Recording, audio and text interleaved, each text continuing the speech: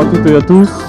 Merci d'être avec nous et d'être venus aussi nombreux aujourd'hui. Ravi d'être avec vous aujourd'hui. Je pense que beaucoup d'entre vous étaient hier avec nous pour célébrer les 25 ans de la MIC. Je vais encore vous demander d'applaudir pour ces 25 ans. Et on va y revenir. Ça a été une belle soirée. Alors, aujourd'hui, cette 11e conférence, comme vous l'avez vu, ça va nous permettre de revenir sur un certain nombre de points, d'explorer un certain nombre de sujets avec les membres de l'écosystème toute la journée, avec une matinée et une après-midi. Je vais essayer de vous résumer un peu le programme, même si vous l'avez eu.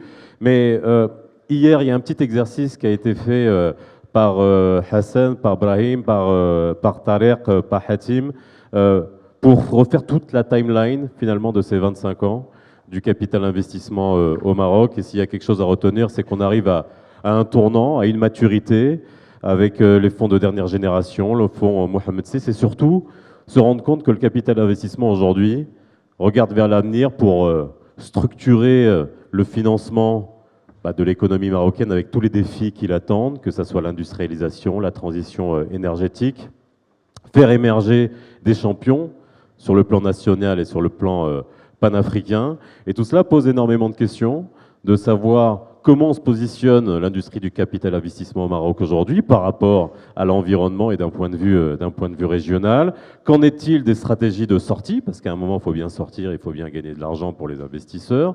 Qu'en est-il de l'ESG? Puisqu'on parle d'investir, mais investir mieux, investir plus propre, penser à l'impact. Ça aussi, c'est extrêmement important. On a vu les chiffres et le cumul. Depuis 25 ans, on est à près de 31 milliards de fonds levés, plus de 320 entreprises qui sont financées, et une majorité qui concerne le financement de la croissance, mais l'amorçage aussi est une vraie question. On en parlera aussi aujourd'hui, l'amorçage, le financement des startups avec le capital risque. Ça, ce sont finalement tous les panels, tout ce qu'on va, avec l'ensemble des modérateurs et des acteurs, discuter aujourd'hui. Cet après-midi, avec avec les panels qui continueront, on aura aussi des side events, 3 événements qui se dérouleront en même temps.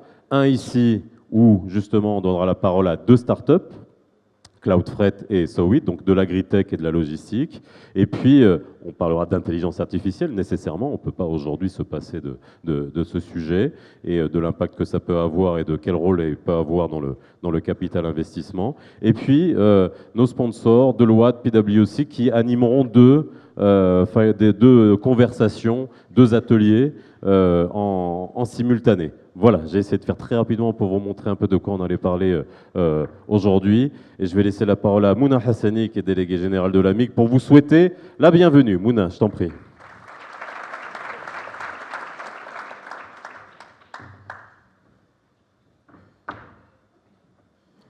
Merci Faisal. Bonjour à toutes et à tous. Chers membres, chers partenaires, chers invités, chers participants.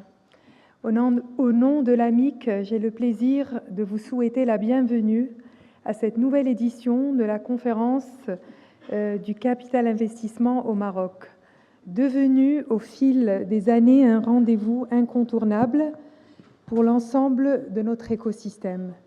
Je tiens à exprimer ma sincère gratitude à nos sponsors, dont le soutien fidèle rend possible cet événement, ainsi qu'à nos membres pour leur engagement constant et leur confiance renouvelée. Je vous souhaite à toutes et à tous des échanges riches, des discussions stimulantes et une excellente conférence. Marhaba bikoum. Merci beaucoup Mouna et merci d'ouvrir le bal.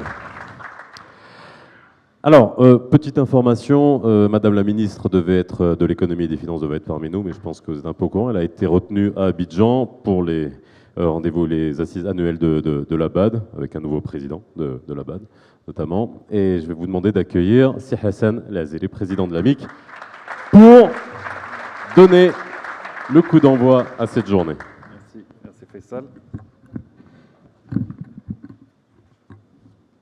Messieurs les directeurs généraux, chers collègues, chers amis, Tout d'abord, avant de commencer, je souhaiterais transmettre les salutations de Madame la ministre, qui est un peu restée coincée retenue au niveau de l'ABAD, parce qu'elle assistait aux assemblées générales de l'ABAD.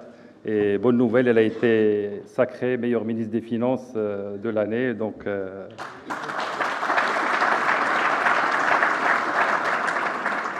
ce qu'il faut savoir, c'est que Madame la ministre Nadia Fettah est une des pionnières de notre industrie. Donc, elle était là parmi la première génération des gens qui ont opéré dans cette industrie. C'est une industrie qu'elle porte dans son cœur et qu'elle m'a dit que c'est un métier qu'elle souhaite, au niveau du ministère et au niveau de toutes les équipes du ministère, de mener afin d'en faire la référence au niveau africain, les choses qu'on est en train de faire aujourd'hui. Donc aujourd'hui, j'ai le grand plaisir de prendre la parole lors de cette conférence, qui est la 11e conférence de notre industrie, et qui coïncide avec le 25e anniversaire de la création de notre association. Donc il y a un quart de siècle à peu près, nous étions une poignée de jeunes professionnels arrivés de tout horizon, et pour développer et explorer un nouveau métier qui était inconnu au Maroc, qui est le capital investissement. Ce qu'il faut savoir, c'est qu'à l'époque, et je l'ai dit hier au niveau d'un discours, d'un petit mot au niveau du gala, c'est qu'à l'époque, il n'y avait ni LinkedIn, ni base de données sophistiquée, et donc Internet était encore assez balbutiement, et donc même les dirigeants n'avaient pas de mail, d'adresse mail, et donc on était obligé de faire du terrain, de faire du cold call. On a appris à le faire, et le but, c'était de traverser, comme je dis hier, le barrage de l'assistante. Et donc aujourd'hui, ça a été un travail assez acharné qui nous a permis de prendre des rendez-vous avec des dirigeants pour leur expliquer, vulgariser le métier dans un monde à l'époque où, disons, 100% du financement, c'était du financement bancaire. Et pour eux, l'equity, c'était quelque chose de tout nouveau. Disons, ces premiers pas qui ont été dans l'industrie, souvent modestes à l'échelle du pays, parce que bon, on n'était pas nombreux aussi, donc, mais ils ont été pourtant très décisifs, parce que ça a permis de financer nos premières entreprises, de célébrer nos premiers succès, nos premières sorties, comme HPS, dont Sehorani est avec nous aujourd'hui, qui était parmi les premières sociétés à s'introduire en bourse, je crois que c'était en 2006. Première société accompagnée par du private equity à s'introduire. CMCP, qui était vendu à IP International, on a participé plusieurs investisseurs. Mattel, qui était entré en bourse. C'était aussi l'occasion d'apprendre de nos échecs, ce qui nous a permis, parce que bon, dans le private equity, il n'y a pas que des succès, il y a aussi des échecs. On espère que ça se fasse le moins possible, mais ça nous a permis d'affiner notre stratégie d'investissement, de capitaliser sur nos erreurs, et aujourd'hui, nous estimons que nos processus d'investissement sont assez solides et assez robustes. Donc voilà, grosso modo, maintenant, 25 ans plus tard, qu'est-ce qu'on a? Parce que tout ça a démarré il y a 25 ans. L'industrie a levé à peu près 30 milliards de dirhams, investi dans 350 entreprises. Aujourd'hui, 35% des entreprises cotées en bourse ont été accompagnées par du private equity, ce qui est assez impressionnant, en nombre, pas en valeur peut-être, mais en nombre. Les entreprises dans lesquelles on a investi ont réalisé des croissances 4 fois supérieures au PIB. Aujourd'hui, on a un recul de 25 ans avec notre étude statistique et on a les grandes tendances. Chose qui est très importante pour montrer un peu la création de valeur du private equity, entre le moment de notre entrée et la sortie, toutes les entreprises, et ça c'est notre rapport d'impact qui est publié chaque année, ont doublé d'EBITDA et, chose importante, ont doublé de contributions fiscales par rapport à l'État.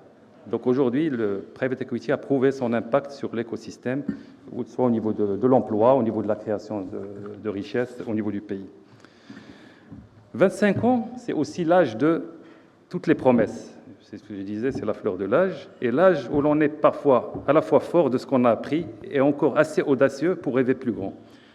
C'est l'âge où l'énergie est intacte, où les convictions sont claires. Nous célébrons donc cette fleur de l'âge au moment même où s'ouvre un nouveau chapitre pour le private equity au Maroc.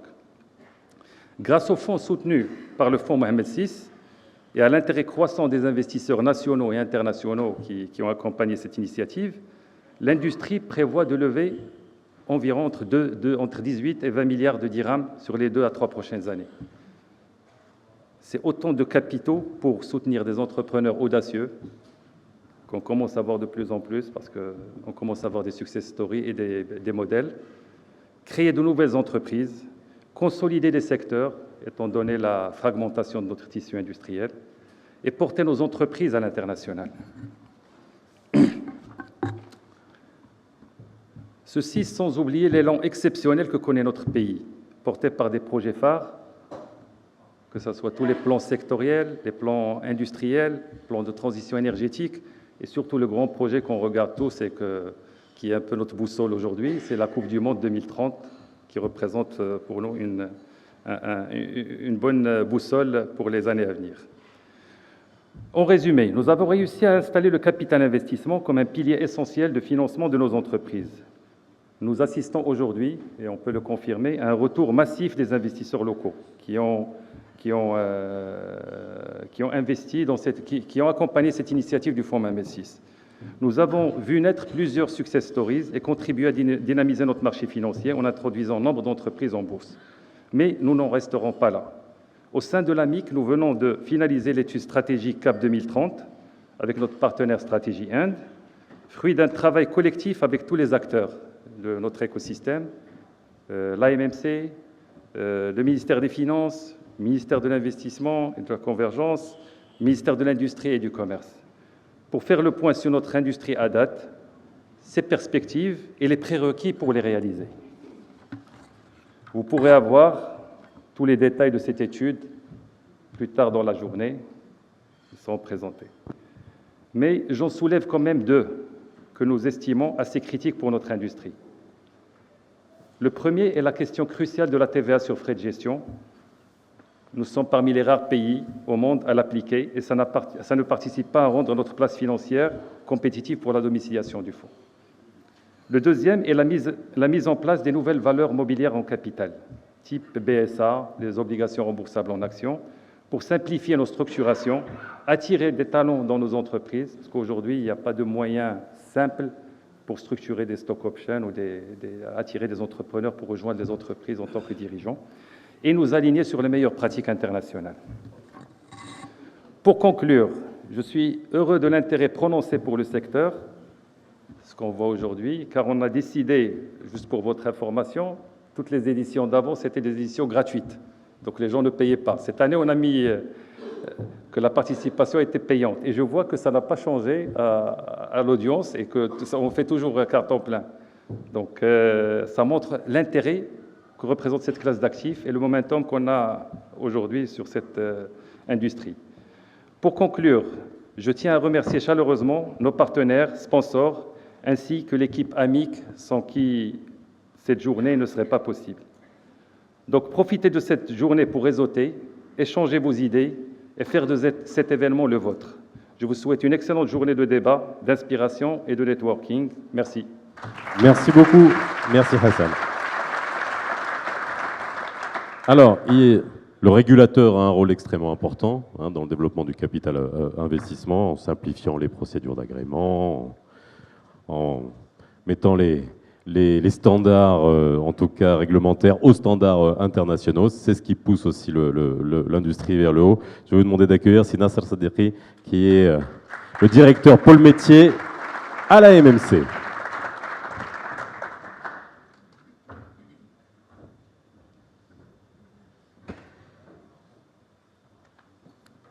Merci, c'est Faisal.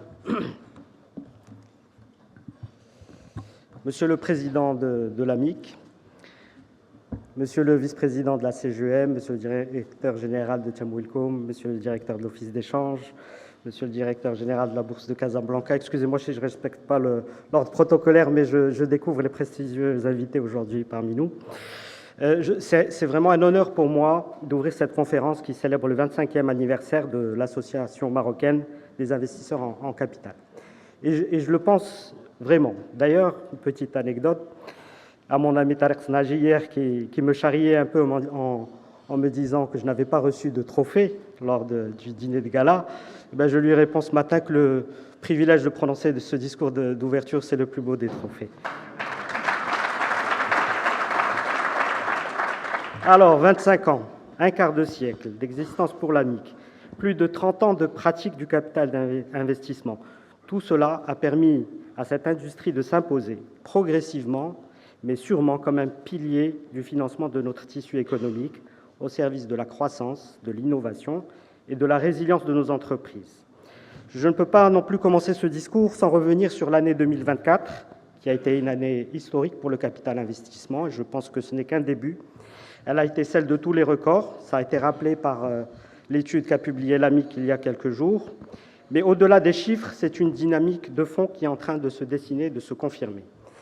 3,9 milliards de dirhams levés, c'est un record, mais une preuve tangible que la confiance des investisseurs dans notre économie reste forte. Ces capitaux proviennent d'un mix équilibré entre bailleurs de fonds internationaux et investisseurs marocains, ces derniers ayant significativement renforcé leur présence pour représenter plus de 53% des montants levés sur la période 2018-2024. 1,7 milliard de dirhams déployés dans 40 opérations. Ce rythme d'investissement témoigne d'un pipeline diversifié et de qualité qui couvre aussi bien des start-up innovantes que des entreprises en phase de transmission ou de développement. Signe de maturité supplémentaire, plus d'1 milliard de désinvestissements en 2024. Ceci grâce à un marché secondaire désormais bien installé, avec près de 44% des sorties sur la période récente, mais aussi la bourse qui connaît un regain d'intérêt important avec 6 IPO depuis 2020 et dont la plupart a été initiée par des fonds de capital investissement. Alors il ne s'agit pas seulement de chiffres, il s'agit d'une affirmation que le capital investissement marocain a changé de statut. Il est passé de statut de pionnier à un statut de pilier du financement des entreprises. Cette performance, nous la devons également à l'évolution du cadre réglementaire. Il faut bien se faire un peu de compliments. Conçu à la fois pour être exigeant, moderne et adaptable. Je rappelle rapidement la loi 4105 de 2006 qui a marqué la reconnaissance du capital investissement régulé au Maroc. En 2015, la première réforme d'envergure qui a élargi le périmètre d'intervention des fonds. En 2023, l'introduction des OPCA RFA, véhicules destinés aux investisseurs professionnels avec des règles de fonctionnement plus flexibles, ainsi que la possibilité d'octroyer des prêts. En 2024, des modèles types de règlement de gestion ont été élaborés dans l'objectif de fluidifier et d'accélérer le traitement des demandes d'agrément. En 2025, nous travaillons sur une circulaire spécifique au capital investissement qui sera appelée à remplacer les dispositions de la circulaire consolidée qui existe aujourd'hui. Alors cette circulaire, élaborée en concertation avec les professionnels que vous êtes, fixera un cadre de fonctionnement clair, sécurisé et aligné sur les meilleures pratiques internationales. Elle renforcera également le rôle du dépositaire, elle précisera les obligations des gestionnaires et soutiendra l'émergence de nouveaux véhicules adaptés aux évolutions du marché. Les OPCC sont aujourd'hui devenus une brique essentielle de notre architecture financière. À fin mars, nous comptons 17 OPCC en gestion pour un actif net de 3,5 milliards, en croissance de 12% sur le dernier trimestre et de 24% sur l'année 2024. Ce développement est d'autant plus remarquable qu'il repose sur des acteurs de plus en plus professionnels et diversifiés, en lien avec des écosystèmes entrepreneuriaux dynamiques. L'AMFC poursuivra ses efforts pour accélérer la diffusion de ces véhicules, en particulier, et je sais que c'est quelque chose auquel vous êtes particulièrement attachés, auprès des investisseurs institutionnels nationaux. Mesdames et messieurs, si la trajectoire est prometteuse, nous ne pouvons ignorer les défis qui restent à surmonter pour changer d'échelle, puisque c'est vraiment changer d'échelle dont nous parlons aujourd'hui. Les montants investis par les fonds représentent 0,27% du PIB marocain. Quand on compare à la moyenne européenne, qui est proche de 0,7%, nous avons encore un cap à franchir. Il faudra donc mobiliser davantage l'épargne domestique longue, renforcer les incitations pour faire venir les investisseurs institutionnels nationaux de manière plus importante et créer des instruments adaptés pour canaliser leur participation. Le capital investissement peut et doit aussi jouer un rôle plus actif dans le financement de la transition énergétique, des infrastructures sanitaires, éducatives, numériques et logistiques.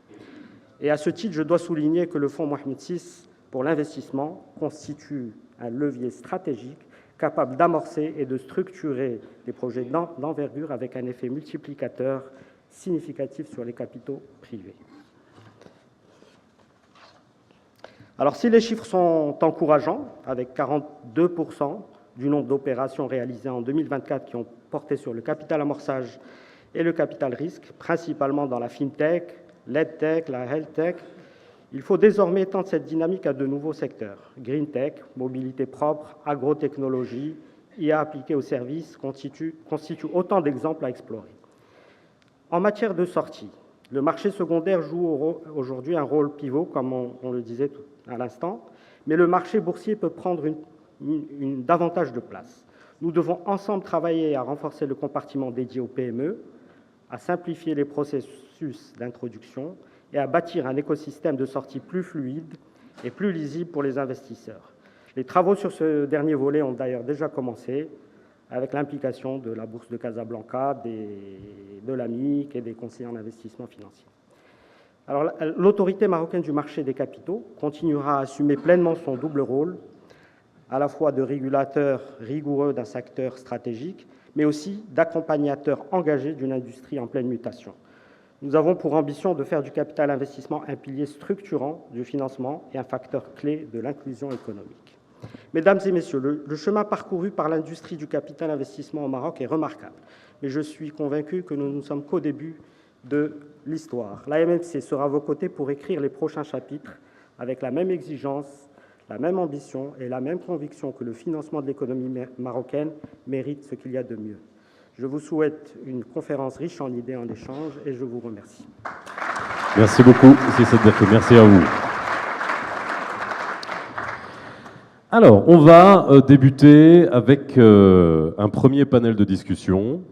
Alors, je vais juste donner quelques instructions puisque chaque panel de discussion va être modéré par des modérateurs différents. Et je vais jouer le mauvais garçon puisque je vais être obligé de garder le timing. Alors, deux garde-fous, un timer qui va être sur les retours, en rouge, et puis moi à côté qui vous avertirai 5 minutes avant qu'on finisse. Je peux rien faire d'autre.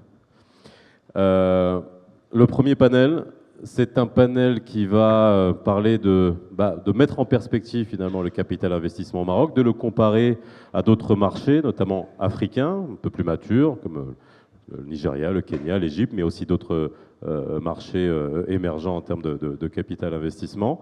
Je vais vous demander d'accueillir le modérateur de cette session, Jonathan Le Henry, de Strategy End. Alors, ce panel va durer 1 heure, les autres 45 minutes, et je vais vous expliquer pourquoi. Comme on est au début de la journée, on a décidé avec Jonathan qu'il fasse une présentation. Donc tu vas avoir un petit keynote d'une quinzaine de minutes, 10 minutes en tout cas en fonction de... Après tu géreras ton temps. Et ensuite, on fera monter les participants au panel, on les appellera. Voilà. Je te donne. C'est à toi. Merci beaucoup. Mesdames, Messieurs, bonjour. Alors j'étais plutôt détendu en me disant je suis devant un public de gens amis, mais maintenant avec le propos de Faisal me disant qu'il y a des chiffres rouges qu'on va apercevoir partout, le niveau de tension monte. Donc en tout cas, je tiens à vous dire que c'est un vrai plaisir d'être parmi vous, de pouvoir vous partager en ce début de journée un certain nombre d'éléments qui ont été travaillés au cours des derniers mois en partenariat avec l'AMIC, une réflexion prospective sur qu'est-ce que le capital investissement sera au cours des 5 prochaines années, quels sont nos objectifs et nos enjeux communs. Je me permettrai peut-être de dire un mot, un propos liminaire sur la forme. Alors, la forme est aussi importante que le fond, sans mauvais jeu de mots, mais la forme qui a été souhaitée par le président de l'AMIC et par nous-mêmes dans la conduite de cette étude. On l'a souhaité la plus inclusive possible, en fait. Et donc, je suis très heureux de retrouver un certain nombre de visages qui ont participé à cette étude, parce que le postulat de base, c'était que pour faire bouger les lignes, la seule manière d'y arriver, c'était de se réunir. C'est ce qu'on a fait durant ces travaux, dont je vais peut-être pas nécessairement vous présenter la version la plus détaillée ce matin, mais à minima un propos introductif qui va permettre de lancer le débat et lancer le panel. Alors, peut-être un mot sur le double constat qui a été posé au démarrage de cette étude, en fait. Le double constat, il a été en partie rappelé ce matin, c'était finalement de se dire, sur les 20 dernières années, que de chemin parcouru. Et ça, je pense qu'on peut s'en féliciter très fortement. Maintenant, dans le même temps, la deuxième partie de ce constat, c'était aussi de se dire que nous entrons dans une nouvelle séquence, un nouveau chapitre de l'histoire économique du Maroc, dont certains éléments ont été rappelés ce matin. Et pour répondre à cette nouvelle séquence, l'idée, l'ambition est assez claire, elle est partagée par les parties prenantes qui sont intervenues dans cette étude, c'est faire du capital investissement un levier durable du financement de notre économie et d'accélération de la transformation de nos entreprises. C'est une ambition, mais elle nous semble atteignable, et en quelques slides, je vais essayer de vous présenter les raisons, les fondements qui font que cette ambition nous semble atteignable au cours des prochaines années. Alors, le premier élément que je souhaiterais partager avec vous, c'est finalement ancrer la discussion dans le contexte économique qui est le nôtre. Et de ce point de vue-là, pour plein de raisons, le contexte économique est extrêmement favorable. On a souhaité rappeler 2-3 éléments qui ressortent de l'étude. Le premier est un élément plutôt, je dirais presque de visionning, qui est hérité en fait du nouveau modèle de développement économique, qui est l'ambition qu'on se fixe de porter à 2/3 la quote-part cible des investissements privés au cours des prochaines années. C'est intéressant parce que ça donne un premier cadre dans la réflexion. Et il y a des chiffres qui sont particulièrement parlants et vous êtes quelque part au premier rang d'un certain nombre de ces réalisations. Le second que je voulais vous présenter, c'est effectivement la croissance du nombre de PME exportatrices. Plus de 30% sur une période de 5 ans. C'est colossal. C'est colossal et ce qui est colossal, c'est qu'indépendamment de la volumétrie, c'est finalement les destinations dans lesquelles les entreprises se sont exportées. Ce sont des destinations dont on n'aurait pas osé parler il y a quelques années. Aujourd'hui, on a des build-up qui se font, des acquisitions qui se font aux États-Unis, en Espagne, au Portugal, en Europe, et demain ailleurs. Et ça, c'est un vrai succès. C'est un vrai succès dont les personnes dans la salle sont les artisans. Le chiffre a été mentionné ce matin et on aime bien le rappeler, et vous allez me permettre de le rappeler une nouvelle fois, c'est 2030. 2030, c'est certes la Coupe du Monde, mais c'est beaucoup de choses en préparation de 2030. Ce sont des projets inhérents à la préparation de la Coupe du Monde, et ce sont beaucoup de projets d'infrastructure dont certains sont embarqués. Et le message derrière ça, c'est de se dire que finalement, l'État n'a pas vocation à prendre toute cette enveloppe d'investissement. Il y a un enjeu de comment est-ce que des investissements alternatifs vont se positionner pour soutenir ces grands projets. Et c'est là où on se dit finalement, comment est-ce que le capital investissement peut être dans le driver's seat de cette croissance au cours des prochaines années d'ici 2030. Alors, ce qui est assez intéressant, c'est que de manière concomitante à ce panorama plutôt réjouissant, plutôt attractif, il y a un certain nombre de marqueurs de vitalité, on va dire, du capital investissement au Maroc. Je vous ai cité, vous allez voir apparaître sur l'écran 3 chiffres qui nous semblent assez parlants pour redire encore une fois d'où est-ce qu'on part aujourd'hui. D'où est-ce qu'on part? C'est très simple, d'une trajectoire positive qui est marquée par un triplement des fonds levés sur les 2 précédentes générations de fonds. Dans le même temps, vous avez un doublement du nombre de sociétés de gestion. Donc, le point de départ de ce métier, c'est quand même de lever de l'argent auprès des investisseurs. Et là, on est en train de se parler d'une volumétrie multipliée par 3 sur les 2 derniers exercices. Dans le même temps, la question qui se pose, c'est de se dire, on lève, très bien, mais est-ce qu'on est capable d'investir dans les mêmes proportions? La réponse est oui. Les fonds levés ont été investis. Et ça montre bien qu'il y a une pénétration beaucoup plus accrue du capital investissement et un certain nombre de succès qui ont été rappelés au démarrage sont les exemples justement de cette pénétration accrue du capital investissement. Le dernier élément, c'est l'effet levier. L'effet levier que le fonds Mohamed VI pour l'investissement permet d'obtenir. Et en ce sens, joue un vrai rôle de catalyseur pour développer notre industrie. Alors, ne cherchez pas de message subliminal derrière le chiffre. Slide numéro 3, 3 fois le chiffre 3. Bon, je m'étais promis de ne pas donner trop de chiffres différents. En tout cas, ces chiffres sont marquants et j'insiste sur le fait que ce sont des marqueurs de vitalité de notre industrie aujourd'hui. Maintenant, l'étude qui a été faite avait aussi une ambition, c'était de manière assez froide et transparente de se dire quels sont nos enjeux. Et il ne faut pas les mettre de côté parce que ce sont ces enjeux qui demain vont nous faire progresser. Le premier élément, c'est qu'on observe une sorte de polarisation des investissements.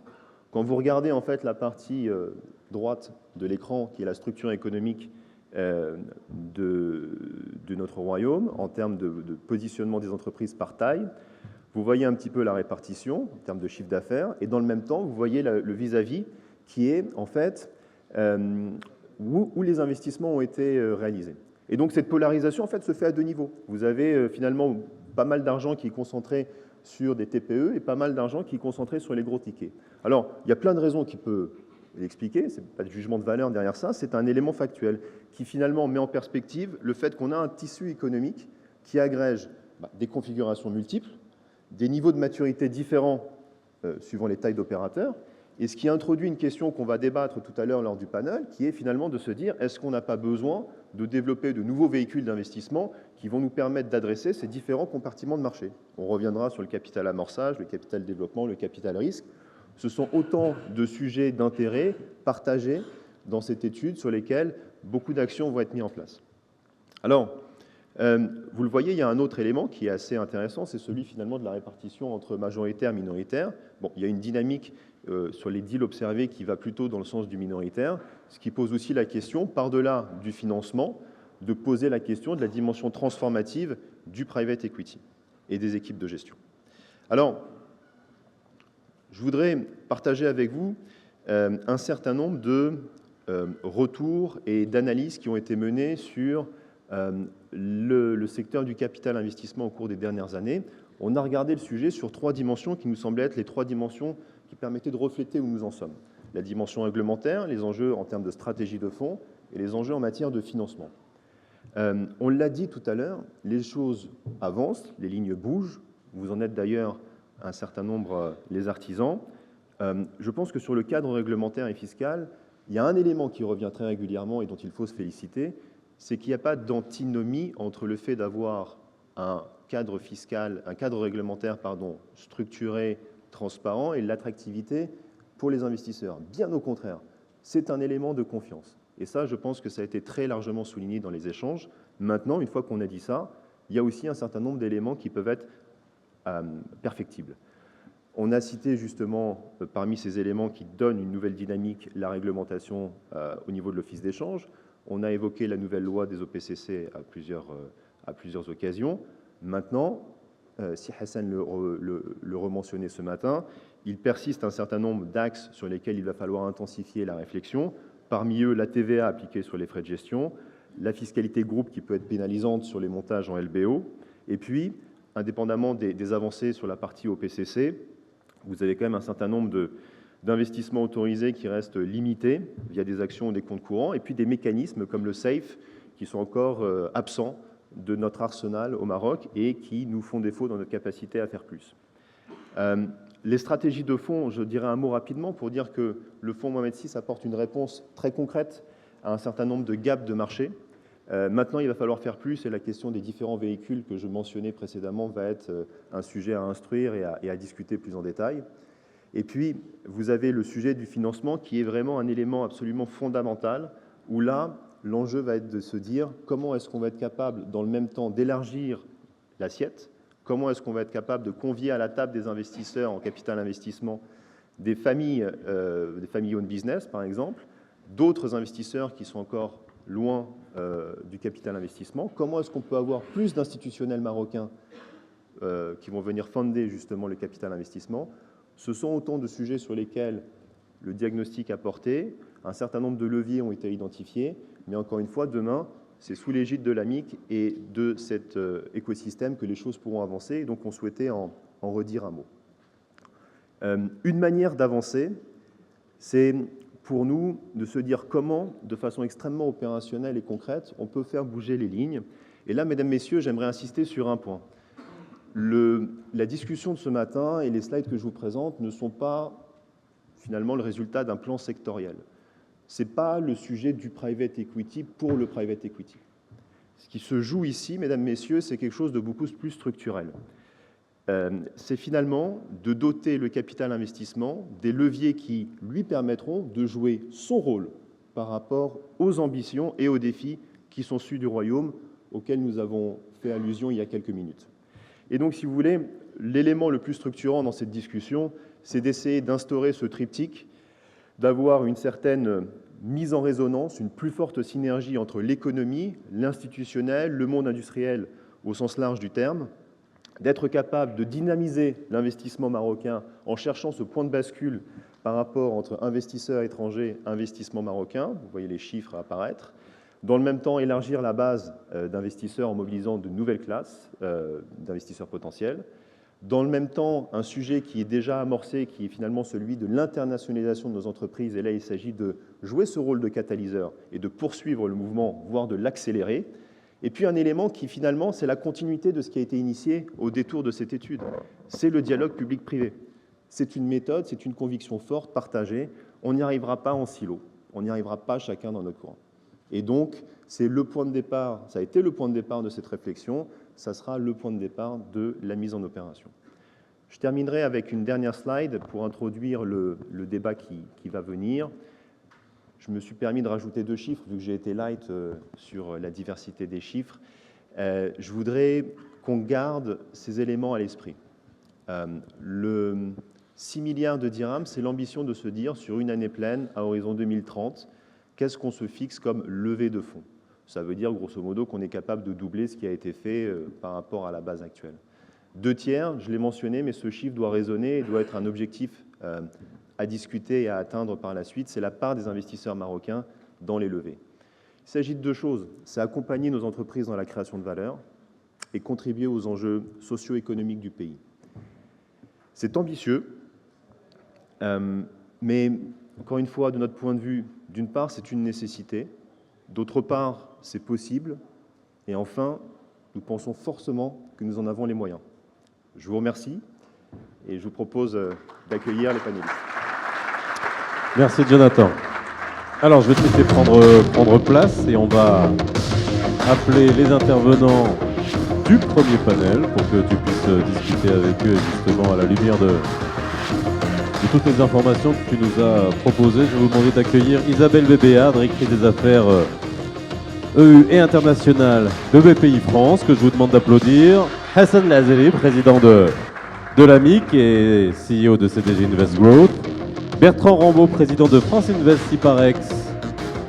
Nicolas Vickery, Global Head of Private Equity Funds à IFC. Et enfin, Hatim Benhmed, Managing Partner à Mediterranea Capital Partners.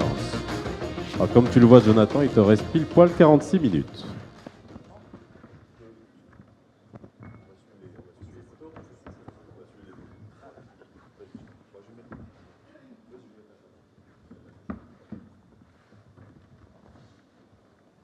Alors, vous avez des micros normalement.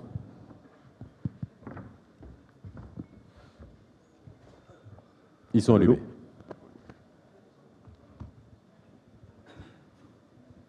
Il est allumé, je t'en prie. Il est allumé? Allô, allô?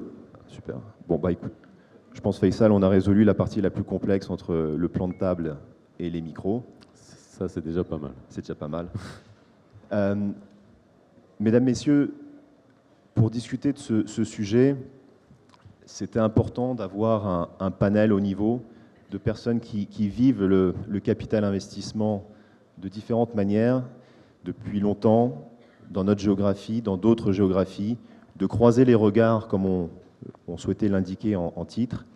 Il y a 2 sujets, grosso modo, qu'on va essayer d'aborder au cours des 45 prochaines minutes.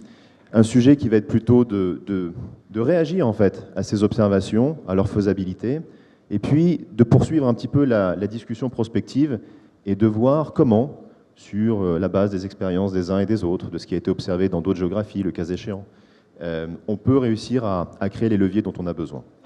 Merci infiniment. Avant de commencer, je tenais vraiment à vous remercier parce que c'est comme dans les grands spectacles, il y a aussi beaucoup de travail de préparation derrière. Les personnes sur scène ont beaucoup contribué, ont dégagé du temps entre parfois 2 ou 3 avions. Je vous en remercie infiniment. Alors, cher Hatim, je vais commencer avec toi si tu en es d'accord. J'aimerais, à la lumière en fait des discussions qu'on a pu avoir ensemble, des éléments présentés dans l'étude, en tant que fonds d'investissement opérant au Maroc, je dirais de manière assez simple et directe, comment est-ce que tu perçois ces premiers enseignements? Est-ce qu'ils te semblent alignés avec ce que tu vis au quotidien? Merci Jonathan, bonjour à tous. Beaucoup d'enseignements dans l'étude. Si je vais essayer d'en prendre 1 ou 2 morceaux si tu veux, et notamment les capitaux levés. Je pense que tu en as parlé à plusieurs reprises dans cette étude, dans la présentation. Tu as mentionné 3 fois de capitaux levés. Tu as mentionné un peu plus tard l'impact du fonds Mohamed VI. Donc je pense que sur le sujet des capitaux levés, qui a été pour nous dans l'industrie, qui est dans l'industrie un des plus grands enjeux de difficultés auxquels l'industrie fait face depuis toujours sur le continent africain et dans les marchés émergents en général, le fait que on soit à ces niveaux-là maintenant au Maroc donne vraiment matière à optimisme. Je pense que c'est le fruit du travail de l'ensemble de l'industrie. Tout à l'heure, le régulateur a mentionné le cadre réglementaire. De manière générale, je pense qu'on est maintenant dans une dynamique extrêmement intéressante en termes de fonds levés et moi, j'en suis très content.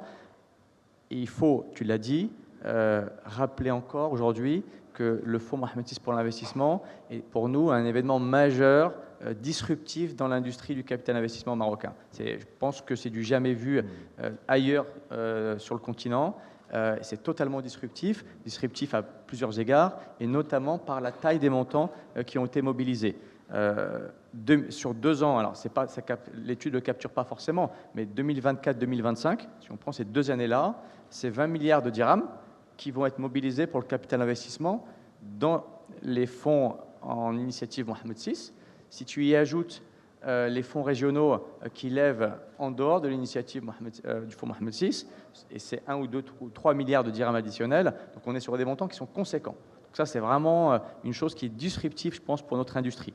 Donc ça nous amène à 10 milliards de dirhams par an si on répartit sur 2 ans, et on a dépassé l'objectif 2030 de 6 milliards.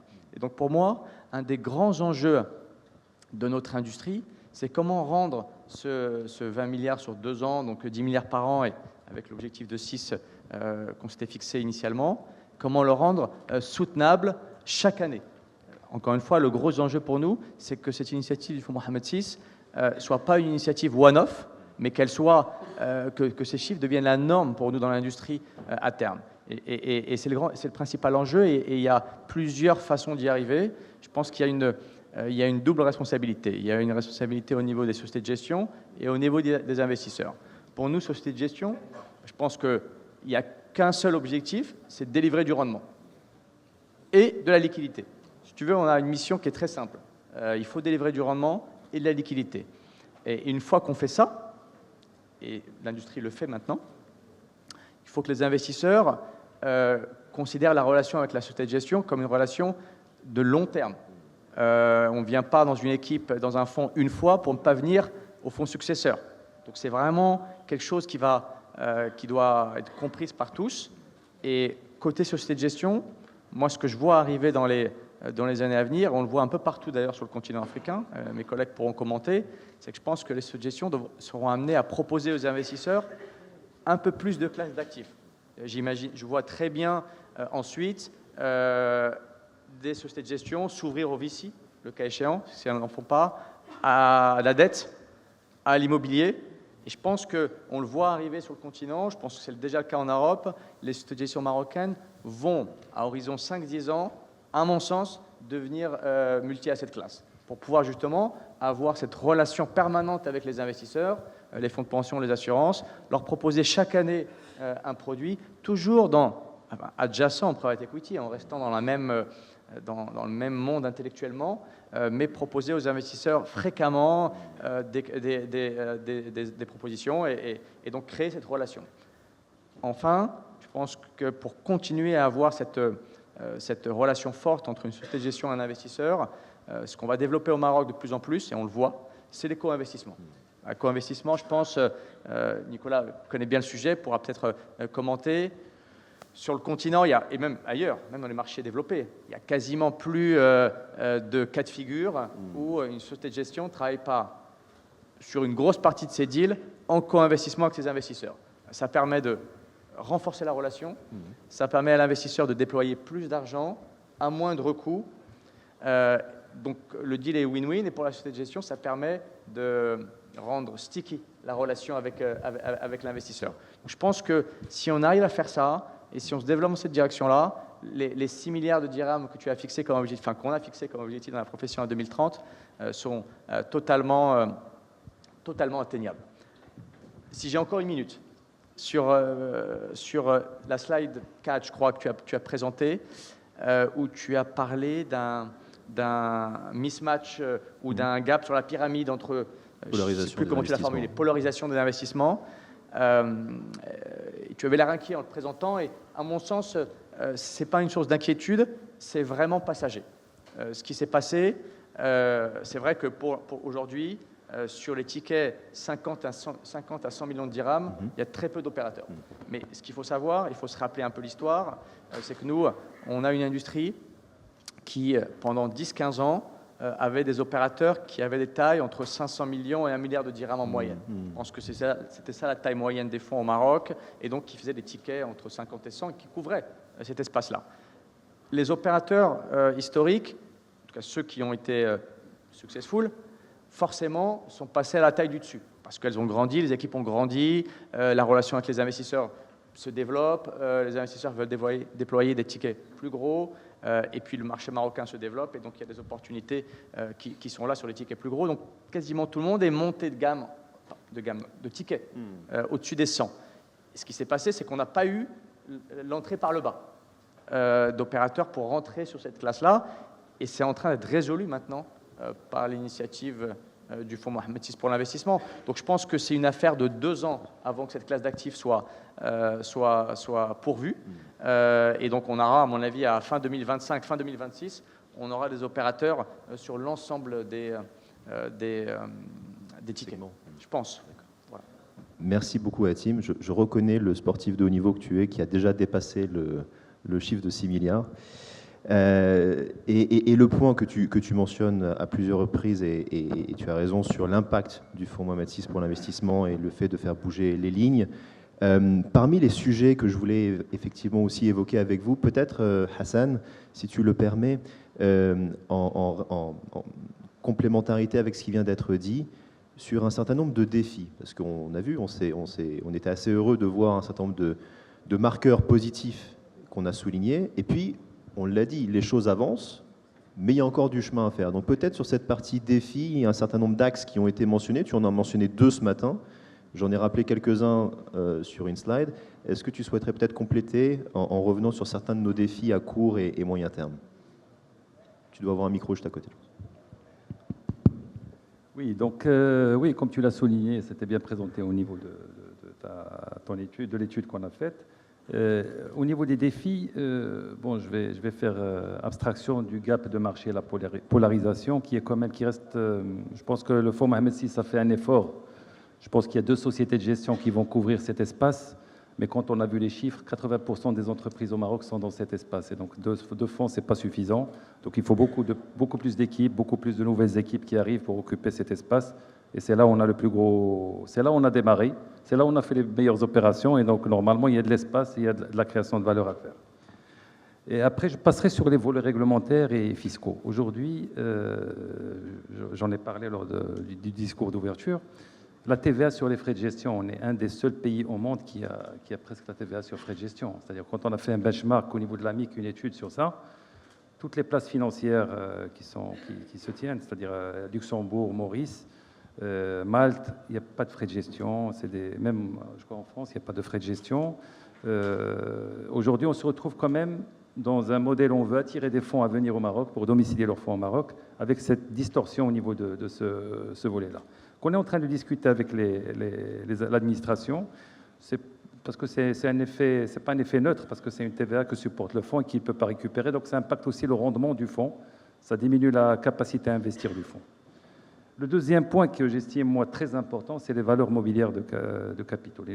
Aujourd'hui, pour attirer des dirigeants dans des entreprises, ce qu'il faut savoir, dans une SA aujourd'hui, on n'a que le capital, les obligations convertibles. Donc, dès qu'on sort de ça, il faut tout écrire dans des packs d'actionnaires, ce qui veut dire que ça n'a pas la force de la loi. Et donc, on n'a pas les BSA, on n'a pas les actions à bonne souscription d'actions, on n'a pas de quoi attirer des dirigeants, et on n'a pas de quoi faire des obligations remboursables en actions.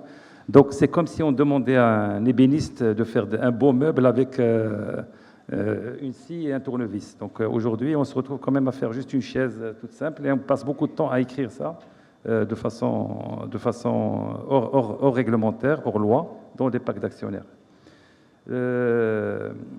Je passerai à un dernier point, si je permets, sur les safes. Parce qu'aujourd'hui, sur la partie VC, toutes les transactions qui se font à travers des safes. C'est des contrats qui donnent, c'est une option sur le capital.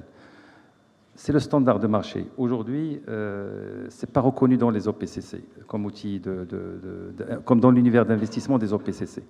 Et aujourd'hui, aucune transaction ne se fait au niveau du VC. Aujourd'hui, c'est devenu le standard de marché. Et donc aujourd'hui, les fonds qui sont en train d'arriver, je tire juste la sonnette d'alarme parce qu'il y a un appel d'offres qui a été lancé par le fonds MS6 sur les fonds de capital risque et d'amorçage qui arrivent. Et ces fonds, normalement, doivent prendre, si on souhaite qu'ils prennent le modèle OPCC comme véhicule ou comme typologie de véhicule, il faut qu'ils puissent opérer au même titre que tout ce qui se fait à l'international. Donc, il ne faut pas qu'ils soient handicapés par rapport à des concurrents, parce que dans le VC, la compétition est mondiale. Il n'y a pas que le Maroc. Ils sont en compétition avec des équipes sud-africaines, des équipes kenyanes, des équipes européennes et américaines. Donc, il faut se donner les moyens de gérer ça. Je pense que ça fait partie des choses. Après, il y a la fiscalité groupe. Genre, je pense que c'est plus une logique étatique. À un moment, ça va venir pour permettre les financements LBO et l'optimisation de ces financements. Je te remercie et tu évoquais en fait les éléments de comparaison, le fait qu'on a fait un certain nombre de benchmarks sur différents sujets. Ça peut être intéressant, Nicolas, également d'échanger avec toi sur ce sujet parce que l'Afrique est une terre d'investissement importante pour IFC depuis longtemps et peut-être de voir aussi dans cette idée de benchmark, de regard croisé, comment est-ce que tu observes un petit peu le développement du capital investissement au Maroc par rapport aux autres géographies sur lesquelles tu investis. Merci Jonathan. Donc, je suis Nicolas Vicurie, je travaille à IFC où je m'occupe des fonds d'investissement et IFC est investisseur dans 350 fonds d'investissement avec 200 gestionnaires. C'est à peu près 5,5 milliards d'actifs sous gestion. Donc c'est un tiers de nos investissements en equity qui se font à travers des fonds d'investissement. Donc et on est un des plus gros investisseurs parmi les pays émergents. En Afrique, l'Afrique est la région la plus importante pour nous. On est investi dans une centaine de fonds avec une soixantaine de gestionnaires, c'est 2 milliards, donc c'est à peu près 40% du total. Et ce qu'on voit, c'est que le Maroc est devenu une destination émergente pour les investisseurs et principalement lié à trois aspects qui rendent le Maroc très attractif par rapport au reste du continent.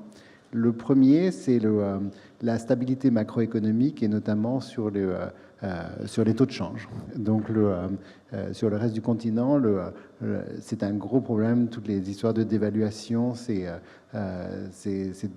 comme la plupart des investisseurs internationaux investissent soit en dollars, soit en euros. Ils veulent des retours qui doivent être supérieurs à la dévaluation des monnaies. Donc, de ce point de vue-là, le Maroc a un vrai atout. Le deuxième, c'est en termes de sortie, où le rythme de sortie en Afrique reste inférieur à ce qu'on voit dans les autres pays émergents. Et là encore, le Maroc a un atout énorme avec la bourse de Casablanca, qui est une des plus actives parmi les bourses africaines après l'Afrique du Sud. Et donc, ça, c'est également un atout considérable parce que on a vu beaucoup de sorties des fonds d'investissement sur la bourse de Casablanca qui sont faits avec des très jolies valorisations. Et le troisième atout, c'est la disponibilité du financement bancaire à des taux abordables, et qui n'est pas du tout le cas sur le reste du continent. Donc ce qu'on a vu dans notre propre portefeuille, où on a une dizaine de fonds qui investissent au Maroc et qui ont investi dans une cinquantaine de sociétés, c'est que d'abord les sorties se sont bien passées avec un multiple moyen de 2 fois, donc des bons résultats. Et ce qu'on a vu aussi, c'est qu'en termes de tendance, il y a de plus en plus de fonds d'investissement régionaux qui veulent venir au Maroc. Donc ça aussi, ça va créer plus d'opportunités d'investissement et de capital pour le pays. Je te remercie. Merci beaucoup. Peut-être pour continuer un petit peu ce tour d'horizon de manière un peu comparée, Je me tournais, Bertrand, vers toi par rapport à la perspective aussi française. On a soufflé 25 bougies hier au Maroc de capital investissement.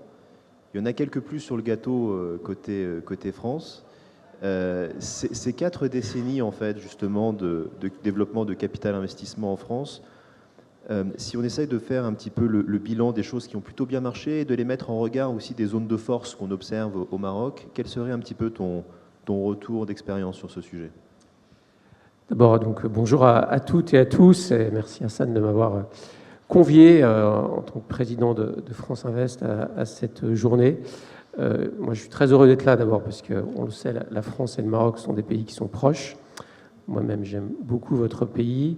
Et puis, je suis impressionné, et vu de ma fenêtre, et je viens de temps en temps ici, par la dynamique économique que vous avez, qui fait plaisir à voir. On sait que ce n'est pas partout comme ça dans le monde. Et ce sont les ingrédients pour qu'un private equity puisse se développer. Donc, bravo pour cela. Alors, effectivement, chaque économie est différente. Chaque industrie du private equity a ses caractéristiques domestiques. Ceci dit, quand j'entends les 2 introductions que vous avez faites, il y a peut-être 3/4 des points qui s'adressent aussi à notre marché. La polarisation, par exemple, on en parle chez nous toute la journée, et peut-être de lister quelques idées de points, pourquoi ça a marché chez nous, pourquoi on est arrivé en Europe à ce que la France soit le premier marché d'Europe continentale du capital investissement. Et je pense qu'il y a quelques points qui s'adressent à nous tous. Alors, pour être très concret, alors je vais dire des choses parfois un peu basiques, mais la vie est faite de choses très basiques. D'abord, il faut, je pense, avoir un écosystème d'entreprises, d'entrepreneurs qui ont envie d'avoir du private equity et de familles à leur côté. Et nous, on a 40 ans, effectivement, dans ce métier en France, et c'est un message constant, qu'on va passer pour que les entreprises, les dirigeants aient envie d'avoir un investisseur à leur côté.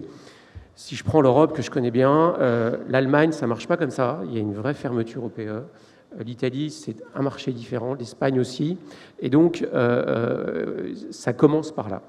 Le deuxième point, et ça a été aussi évoqué dans vos introductions, c'est qu'il faut, au-delà des fonds d'investissement, il faut créer un écosystème favorable. Et j'entendais tout à l'heure le régulateur parler. Je pense que la présidente de l'AMF aurait dit exactement les mêmes choses que vous. Il faut un cadre réglementaire extrêmement safe, extrêmement carré. Il faut des avocats, des auditeurs, il faut de la data, il faut l'accès aux chiffres, parce qu'en fait, le métier de l'investisseur, c'est la confiance, c'est la base. Et donc, il faut que les GPs que nous sommes aient confiance, et il faut que nos investisseurs LPs aient confiance aussi dans dessous de cette information. Donc, je pense que c'est une colonne vertébrale extrêmement importante pour que ce métier fonctionne. L'autre point, c'est le rôle de l'État. Alors, Isabelle Bébert représente BPI-France, elle le dira 1000 fois mieux que moi, mais moi, je peux vraiment en témoigner. Sans BPI-France en France, le capital investissement français ne serait pas ce qu'il est aujourd'hui. C'est une réalité. Il a été là dans les moments difficiles, il est là dans les moments plus favorables, mais c'est un levier, vous l'avez exprimé tout à l'heure, sur le privé. C'est indispensable. L'Allemagne n'a pas ça, l'Italie n'a pas ça. C'est une chance pour nos économies d'avoir ça. Et je pense que l'initiative Mohamed VI est magnifique. Effectivement, vous avez raison, il faut la renouveler, parce que ce n'est pas one shot. Voilà. Après, l'argent public, ce n'est pas suffisant. Et il faut que ça génère de l'argent privé. Et je pense que là, nous, au fil des années, ce qu'on a bien réussi à faire, c'est à capter cet argent privé.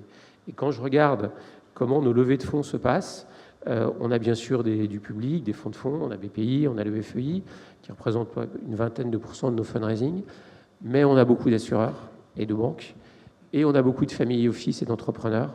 25% de nos levées de fonds se font auprès de cette population. Et j'y crois énormément pour le futur, parce qu'en fait, on aime le business avec ces gens-là de la même façon. Donc, c'est indispensable de créer cet écosystème du financement. Vous avez parlé de co-investissement tout à l'heure, je peux être que d'accord avec ça.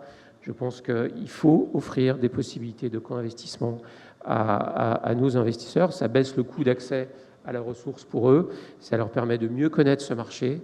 Et je pense qu'on doit tous, et on le fait en France, dans un marché sincèrement un peu plus difficile actuellement, offrir des opportunités à nous LPs d'investir à nos côtés. Après, la grande transformation que j'ai connue, mais je crois de ce que je dis et entendu, c'est un peu la même chose ici. Moi, je fais ce métier depuis 30 ans. C'est l'accompagnement opérationnel. J'ai connu ce métier très financier. Il l'est bien sûr toujours, mais il est d'abord opérationnel. Et donc, on a beaucoup investi dans des équipes qui bossent sur des acquisitions, sur du développement international. Ravi d'entendre qu'en 5 ans, vous avez un doublement de l'EBITDA, c'est ce qu'on cherche. Moi, c'est toujours nos equity stories. Et ça ne vient pas tout seul. Et donc, je pense que c'est là où le métier du private equity a énormément changé. Moi, je pense que si on tire le fil, et je suis très confiant sur le private equity, mais je pense qu'à terme, on aura peut-être 60% d'équipes d'investisseurs purs et 40% d'équipes de support opérationnel. Donc, il faut investir dans ces ressources, ça me semble absolument majeur. Après, pour 2 autres points, bien sûr, je crois aussi aux plateformes. Je crois que c'est important d'avoir des équipes qui peuvent être présentes à la fois dans le VC, dans les entreprises de taille moyenne, pourquoi pas la dette, l'infrastructure. Bon, après, tout ça dépend de la maturité, évidemment, des marchés dans lesquels nous sommes. Mais je crois que c'est important d'avoir une vision assez globale de ce que peut offrir ce marché. Alors après, il y a 2 points qui sont majeurs. C'est la performance et la liquidité. Il n'y a pas de private equity s'il n'y a pas des TRI. Alors après, ils sont différents entre les zones géographiques, bien sûr, et s'il n'y a pas de liquidité. Je crois que l'enjeu de notre profession, c'est d'avoir une meilleure liquidité. Et juste pour vous dire, en France, depuis 2 ans, on a quand même une liquidité qui est un peu au ralenti. On a 30% de baisse de volume de cession, et ça ne peut pas tenir comme ça.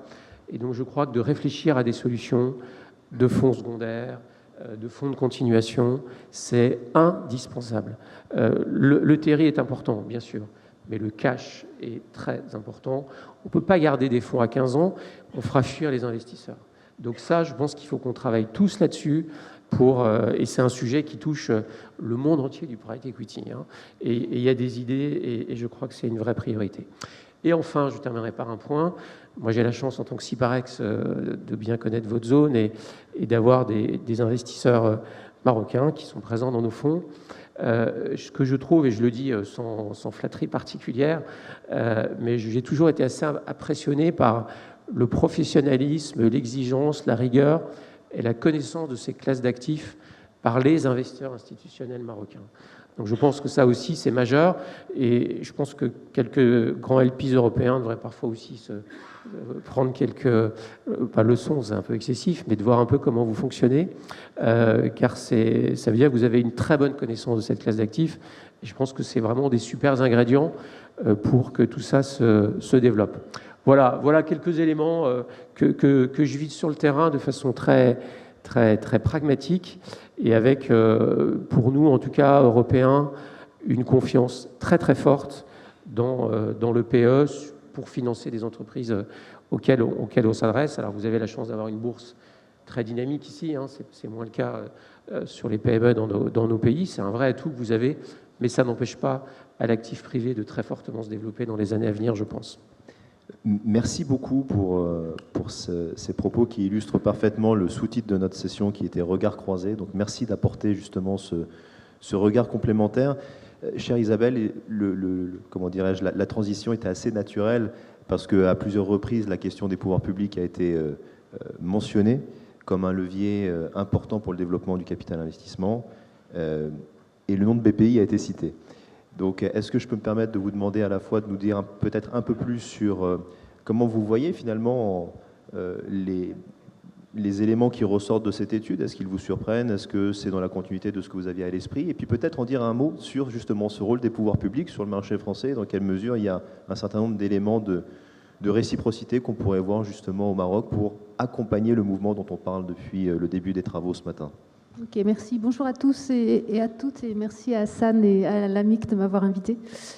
Je suis contente que Bertrand ait parlé du rôle de BPI France, parce que c'est toujours plus crédible quand c'est quelqu'un qui a bénéficié de ce qu'on a pu faire. C'est une histoire qui a commencé avant même la création de BPI France, qui a commencé en fin des années 90. C'était une filiale de la Caisse des dépôts, CDC PME, qui est devenue CDC Entreprises, et qui a fusionné avec différentes entités pour devenir BPI France. Donc c'est une longue histoire, l'intervention, et c'est vraiment la vision d'une institution et d'un homme. Je crois que certains d'entre vous le connaissez, c'est Albert Olivier, qui a eu cette vision sur le rôle que pouvait avoir le capital investissement dans l'économie française.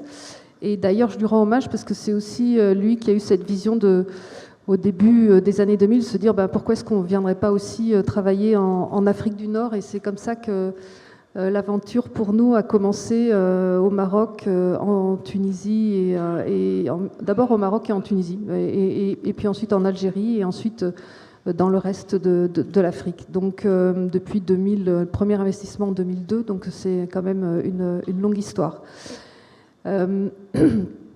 Alors c'est vrai qu'on a d'abord commencé par investir dans du capital développement au début des années 2000, dans le capital amorçage, dans le capital risque. Et puis maintenant, on est aussi dans des fonds de dette. Notre portefeuille de fonds en France est de 18 milliards d'euros et on investit un petit peu moins de 2 milliards par an, donc c'est une très grosse activité. Ce qui est intéressant, je pense, dans le modèle de BPI France, c'est qu'on a ces deux, en tant qu'investisseur, on a à la fois cette activité de fonds qui est là qui a un rôle d'animateur de marché et de lanceur de nouvelles activités. L'amorçage en France, c'est clairement, c'est BPI France avec quelques acteurs privés et avec des grands organismes de recherche. Donc animateur de marché, lancement de nouvelles équipes et de nouvelles activités, et puis aussi cette activité de direct qui est aussi intéressante parce qu'elle nous permet d'être extrêmement réactifs par rapport à des conditions économiques. Par exemple, au niveau quand il y a eu le Covid, tout s'est arrêté, mais nous on a pu on a pu s'adapter directement et lancer des nouveaux produits pour continuer à accompagner les entreprises, ce qui était plus difficile, même si ils l'ont fait aussi bien que possible, mais pour des fonds d'investissement qui sont finalement qui doivent continuer à appliquer le règlement que leurs souscripteurs ont signé. Donc il y a cette capacité de réaction très rapide qui est intéressante dans notre activité de direct. Toujours bien sûr en co-investissement avec le privé pour s'assurer justement de ne pas empêcher le marché de fonctionner. Ce qui est, je pense, aussi intéressant, c'est tout le continuum de financement. C'est le fait qu'on soit justement la porte d'entrée unique pour les interventions publiques en France. On a des bureaux partout, on a une cinquantaine de bureaux partout en France. Donc le chef d'entreprise qui est à Clermont-Ferrand, il vient et il y a un chargé d'affaires qui lui explique, qui l'écoute pour connaître ses besoins et qui lui explique toute la gamme de produits possibles chez BPI France. Donc c'est proximité, c'est simplicité, rapidité. 90% de nos décisions sont prises en région. Donc tout ça fait qu'on a cherché à simplifier la vie de l'entrepreneur, à pouvoir le financer en fonction de tous ces besoins. On fait du prêt, de la garantie, de l'investissement, on fait du crédit export, de l'assurance export, beaucoup d'accompagnement. Et c'est vrai que Bertrand l'a rappelé, c'est indispensable. On ne peut pas uniquement injecter de l'argent, on doit aussi accompagner les chefs d'entreprise. On a lancé des tas d'accélérateurs d'entreprises, des PME, des ETI et des start-up. Voilà, tout ça fait que c'est quelque chose qui simplifie la vie de l'entrepreneur et qui donc, au final, favorise aussi les acteurs du capital investissement, puisque vous avez une entreprise et cette entreprise peut être financée plus facilement. Après, sur ce que j'ai pu voir de cette étude, d'abord, je la trouve très intéressante. Elle est remarquable. On voit bien la dynamique du capital investissement au Maroc. Bien sûr, la création du fonds Mohamed VI, pour moi, est un game changer, forcément. Et justement, avec l'intelligence de se dire, on va essayer de cibler différents types de fonds, Je trouve aussi que l'ouverture par rapport à l'international pour tout ce qui est tech est extrêmement intéressante, puisqu'on sait bien qu'une entreprise de tech, elle ne peut pas se cantonner à un marché marocain, il faut qu'elle doit être internationale, et c'est la même chose pour les sociétés de gestion.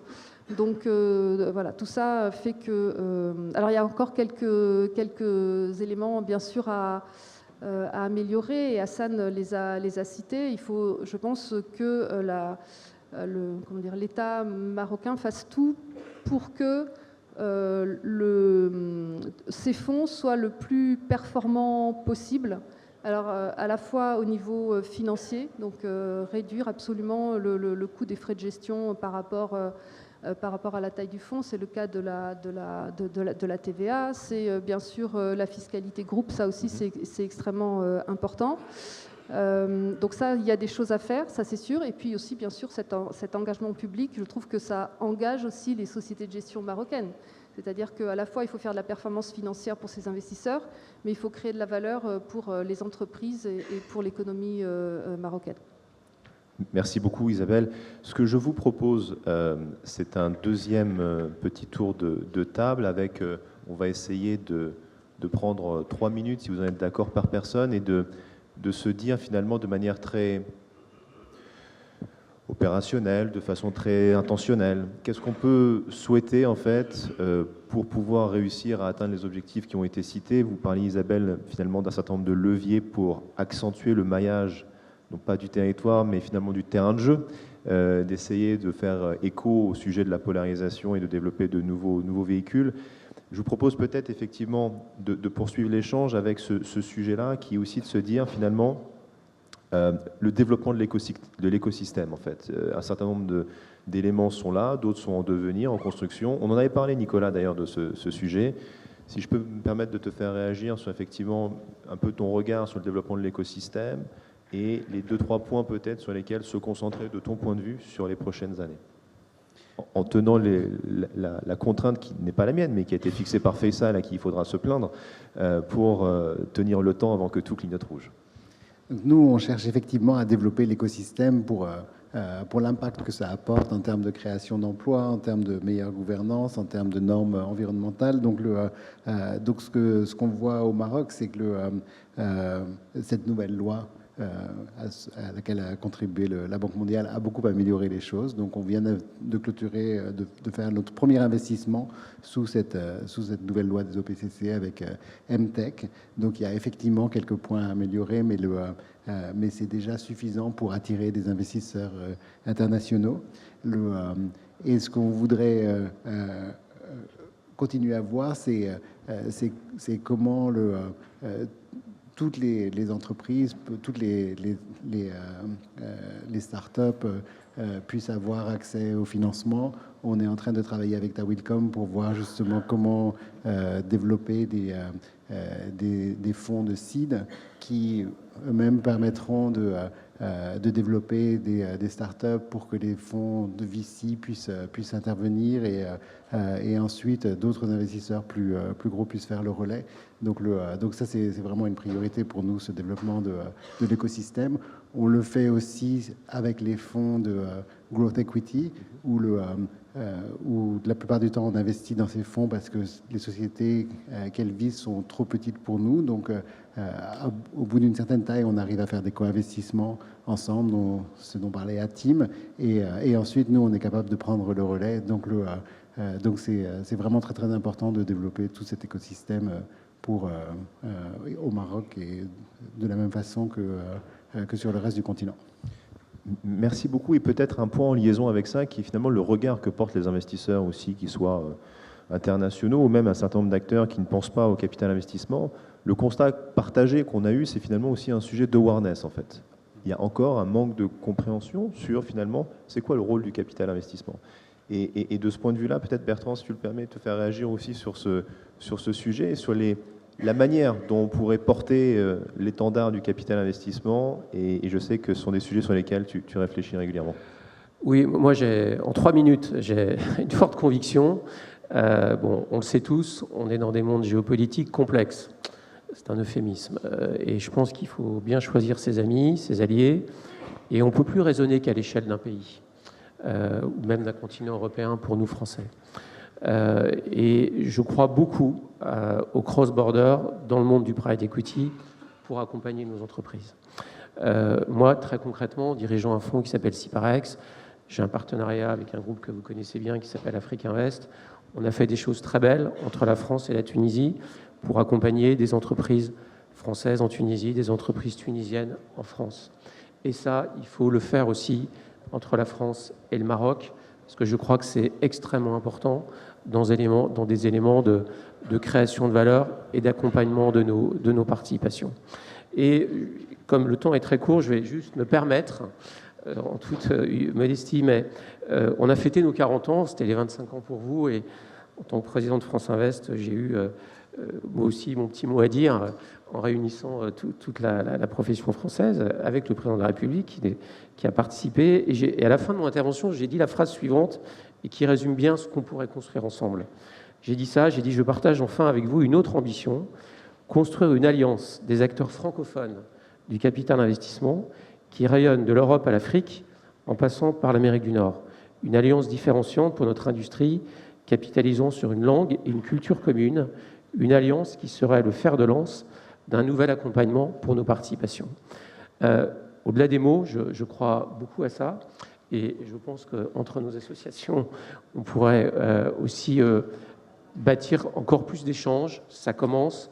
Vous avez parlé tout à l'heure, à très juste titre, des éléments d'intéressement du management au capital. On a des choses à partager. Vous avez des choses à nous apprendre aussi, par exemple sur l'IA, sur la tech. Voilà. Et je pense que ces échanges, capitalisons, et je m'arrête là, sur la francophonie qui nous réunit tous et qui est une vraie force, je pense. Merci beaucoup, et finalement un levier qui s'inscrit pleinement dans le dialogue public-privé qui était appelé de nos voeux. Un élément en complément de ce qui vient d'être dit, le sujet de la performance. Ça a été mentionné par un certain nombre d'entre vous, et à un moment il y a une thèse de réalité de dire c'est très bien, il y a plein de leviers à mettre en place, mais quand même, in fine, c'est quand même un sujet de performance, en partie ce métier. Et sur ce sujet-là, Hatim, si tu le permets, j'aimerais revenir avec toi sur ton point de vue par rapport à notre capacité à monter aussi notre niveau de jeu sur ces sujets de performance. Quels sont selon toi les leviers à actionner à court terme et où se concentrer au Maroc? Alors, monter notre niveau de jeu, c'est aussi une phrase de sportif, Jonathan, que tu es, je le reconnais là. Je pense qu'il faut aussi avoir une réponse basique, hein, tu l'as mentionné tout à l'heure, pour faire du rendement, globalement, il faut 2 paramètres, en tout cas dans notre métier. Il faut de l'excellence opérationnelle et de la croissance dans nos entreprises, donc la croissance d'EBITDA, paramètre numéro 1. Et pour ça, je crois qu'un des grands enjeux qu'on a au Maroc, c'est de reconnaître que nous, on n'est pas un marché qui croît à 8% par an. On n'est pas certains marchés d'Asie du Sud-Est ou autres. On est un marché qui fait du 3-4% par an en moyenne. Donc, par conséquent, il faut bien choisir les secteurs dans lesquels on investit.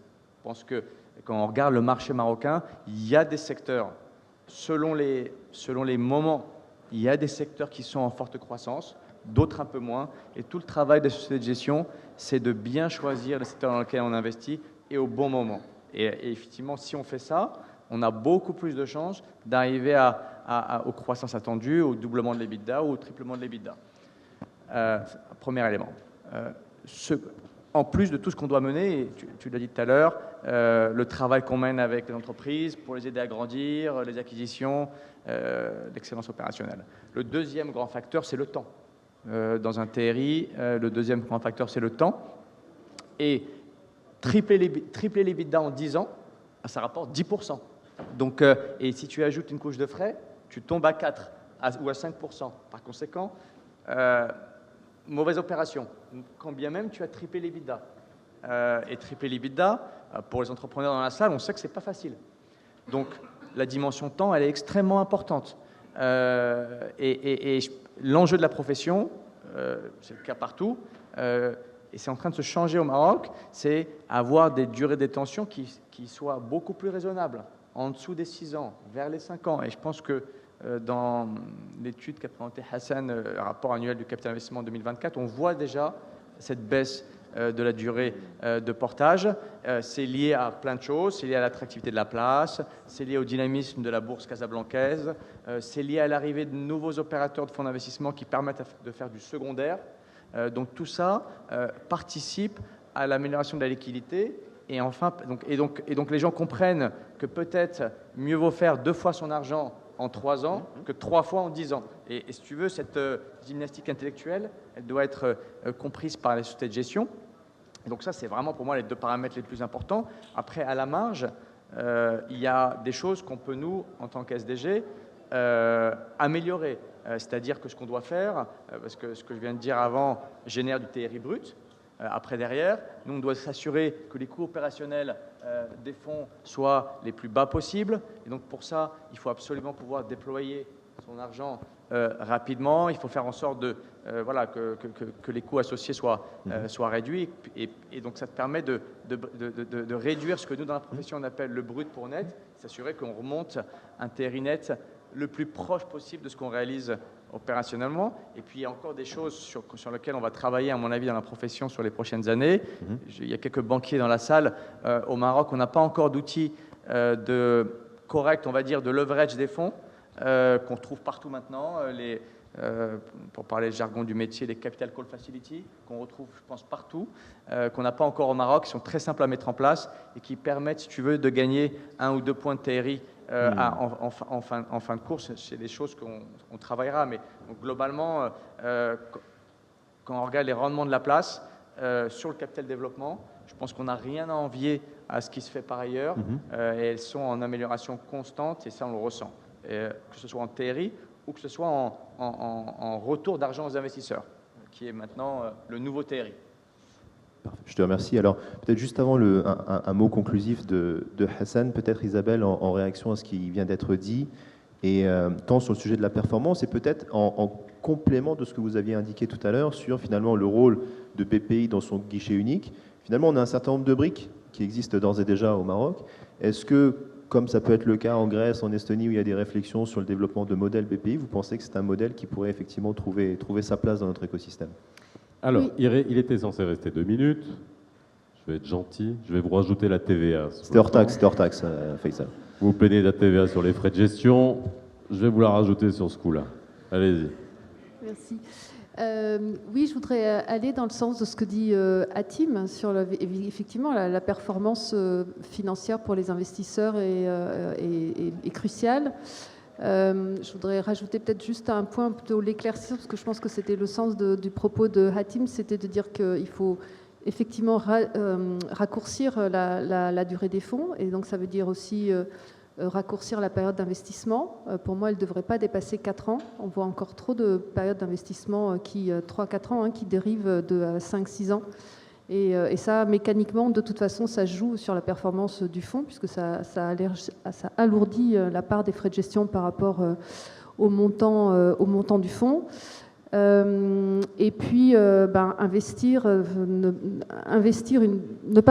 si on n'a pas d'idée de sortie. Je pense qu'il faut avoir l'idée de la sortie avant même d'avoir investi. Voilà, ça c'est extrêmement important de ne pas investir uniquement dans une entreprise parce qu'elle est belle et qu'elle va croître. Il faut aussi pouvoir la sortir. Donc, et voilà, je pense que là, il y a des choses à faire au niveau du capital d'investissement africain en général. Je pense que l'amélioration, peut-être une chose aussi que je voudrais rajouter par rapport à ce que dit Hatim, c'est vrai que l'écosystème marocain s'est beaucoup enrichi, et je vais revenir peut-être à ce qui pourrait être fait, mais et je crois aussi que les sociétés de gestion, les équipes de gestion se sont professionnalisées. Je pense qu'il faut aussi que pour un marché soit mature, il faut qu'il y ait plusieurs générations de fonds, et voilà, au début on commence avec des gens qui ont envie de faire du capital d'investissement et qui apprennent en marchant. Moi, je vois très bien que nous, on a lancé les fonds d'amorçage en France. Nous, en tant que souscripteurs, on s'est planté, c'est-à-dire qu'on n'a pas imaginé le bon modèle. Et puis voilà. Et puis maintenant, il y a des équipes de gestion en France qui sont capables d'attirer des investissements privés et qui donnent de la rentabilité. Mais ce sont des équipes qui ont appris, voilà. Et ça, on l'a fait en 15 ans, quoi. Hein. Donc ça, je pense que c'est un point aussi important, et c'est rendre hommage à la profession de capital investissement au Maroc. Et puis, oui, après, je dirais peut-être c'est faire une BPI au Maroc, c'est-à-dire qu'il y a déjà tous les ingrédients pour le faire, tous les instruments. C'est quelque chose, c'est une tendance qu'on voit clairement en Europe. Je pense que tous les pays, tous les États, enfin tous les gouvernements et toutes les institutions publiques sont venus nous voir, nous rendre visite pour qu'on leur explique notre modèle. On accompagne certains pays justement pour se transformer en BPI. Hein, donc actuellement, on accompagne la Lituanie, l'Estonie, la Grèce, la Roumanie. La Caisse des dépôts italienne est venue nous voir plusieurs fois par an pour justement lui donner des idées pour sa propre transformation. Donc voilà, pourquoi pas aussi faire la même chose au Maroc, mais je sais que c'est une idée qui est quand même dans l'air. Merci beaucoup. Hassan, peut-être le mot de la fin. Bon, tu vois, finalement, on a plusieurs effets d'annonce. Là, on a plusieurs déclarations. On a une francophonie du private equity et on a une main lancée sur BPI au Maroc. Bon, je ne sais pas si on va appeler BPI. Bon, en tout cas, public Maroc. Si je peux me permettre de rester dans cet esprit-là et de te demander peut-être, si tu en es d'accord, de réagir aussi sur les sujets de dialogue public-privé qui finalement ont été à la base de cette réflexion commune qu'on a menée et on le voit bien, qui finalement transparaît dans toutes les discussions qu'on a depuis ce matin. Merci John. Donc juste, j'aurai deux messages. Je vais commencer par un petit message avant qui sera adressé plus aux DFI, aux investisseurs étrangers qui investissent dans les fonds au Maroc. Tout ce dont on a parlé aujourd'hui, c'est qu'on a une industrie qui est là, qui a prouvé que ça fonctionne. On a un pays qui a une macroéconomie stable, une monnaie stable. Et tous les ingrédients sont là, on a un tissu industriel, on a beaucoup d'entreprises. Et aujourd'hui, je crois qu'il est temps parce que les DFI qui sont aussi parmi nous aujourd'hui, ils ont cette logique d'investir dans des fonds régionaux pour diversifier les risques. Je pense qu'aujourd'hui est arrivé le temps quand même pour dire qu'il faut faire des fonds monopays et convaincre ces investisseurs. C'est notre rôle à nous, c'est le rôle aussi de l'État marocain aussi, de positionner quand c'est des négociations à haut niveau, de dire que oui, il y a de la dette, parce que quand il y a de la dette, on fait de la dette monopays, mais quand il y a de l'equity, on veut du régional. Donc il faut aussi à un moment avoir une logique. Je pense qu'il y a des pays qui ont réussi à faire ce passage, c'est l'Afrique du Sud, le Nigeria. Je pense aujourd'hui l'Égypte aussi commence à avoir des fonds monopays. Je pense qu'il est temps pour nous d'avoir ce type de fonds et qu'on puisse avoir des investisseurs directement sur nous.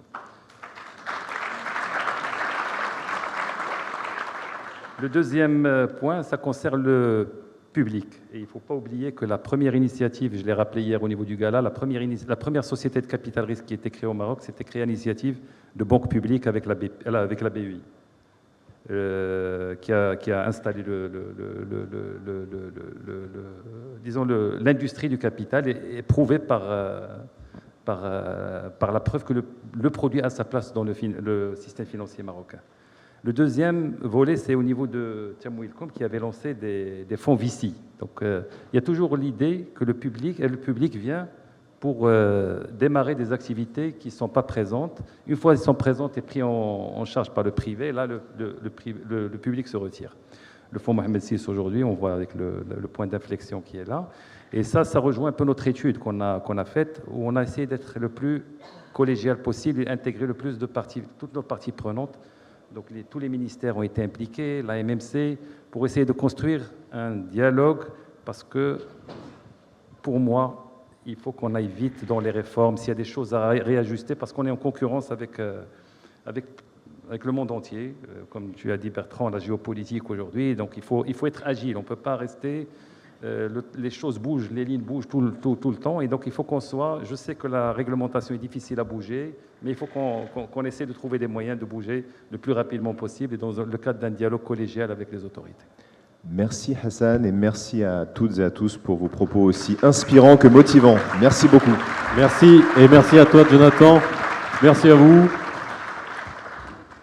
On va se faire une petite pause café de 15 minutes. Et on se retrouve ici pour le deuxième panel où on parlera justement, ça a été évoqué, des problématiques de sortie, des stratégies de sortie des buyouts.